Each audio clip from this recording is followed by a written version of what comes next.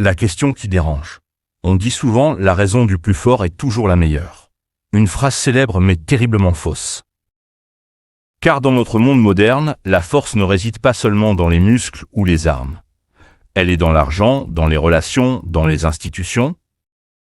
Celui qui contrôle l'information contrôle l'opinion. Celui qui détient les moyens dicte la vérité. Et ceux qui n'ont que leur conscience, leur savoir, leur intégrité, ils deviennent invisibles dans un monde où la puissance écrase la sagesse. Mais aujourd'hui, il est temps de poser une vraie question. Sommes-nous prêts à redéfinir ce que veut dire avoir raison ? Le pouvoir économique est la plus grande des forces silencieuses. Ce n'est plus l'homme avec l'épée qui règne, mais celui avec les chiffres, les comptes offshore, les contrats opaques. Les décisions politiques se prennent dans des bureaux feutrés, loin des peuples. On parle de croissance, mais qui grandit vraiment ? On parle de développement, mais pour qui ? Dans les hôpitaux des pays pauvres, les médecins manquent de tout, pendant que les grandes firmes pharmaceutiques brassent des milliards. Dans les écoles, on enseigne l'obéissance plus que la pensée. L'argent, lui, décide qui vivra, qui mourra, qui parlera. Et souvent, le plus fort n'a pas raison.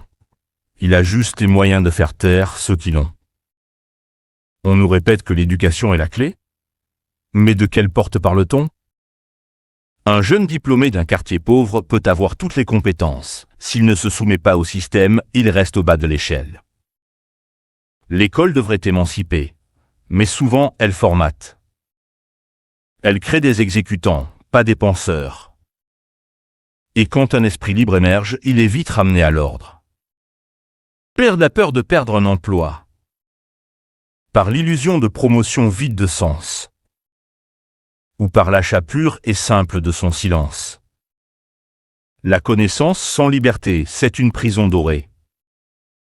Et dans ce monde, même l'intellect est sous le joug du plus fort. La politique, ce jeu de promesses brisées et de slogans vides. Ceux qui parlent vrai sont ignorés. Ceux qui manipulent dominent. Une vérité bien dite ne vaut rien face à un mensonge financé. Les médias répètent ce que les puissants veulent qu'on entende. Et le peuple ? On le distrait, on le divise, on le fatigue. Un citoyen épuisé ne se révolte pas. Il obéit. Pendant ce temps, les élections deviennent des enchères. Les lois sont écrites par des lobbies. Et la démocratie ? Elle survit sous respirateur. Quand le pouvoir n'a plus de morale, la manipulation devient sa langue.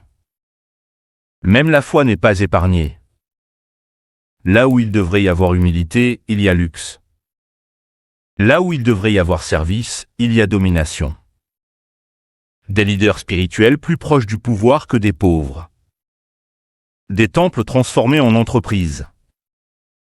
On promet le paradis, mais on vend la peur. La religion devient spectacle, les fidèles deviennent clientèle. Et les vraies questions, on ne les pose plus. Parce qu'un peuple éclairé n'est pas facile à contrôler. La foi authentique libère. Mais utilisée comme outil politique, elle devient une chaîne.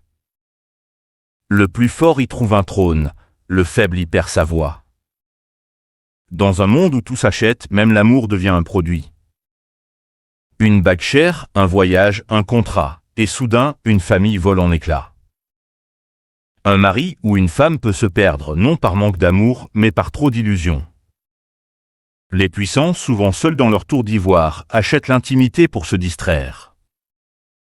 Mais ils laissent derrière eux des enfants brisés, des foyers éclatés, des âmes blessées. Le plus fort ne détruit pas toujours avec violence. Parfois, il détruit en séduisant. Et dans cette guerre douce, les cœurs honnêtes deviennent les premières victimes. Alors non, la raison du plus fort n'est pas la meilleure. C'est juste la plus protégée.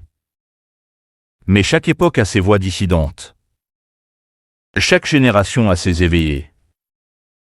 Aujourd'hui, c'est à nous d'ouvrir les yeux, de parler, d'agir. Pas avec haine, pas avec violence. Mais avec lucidité, avec courage, avec vérité. Le système changera le jour où nous refuserons de jouer selon ses règles. Et toi, quelle vérité es-tu prêt à défendre? Fais entendre ta voix, parce qu'un jour elle pourrait réveiller des milliers d'autres.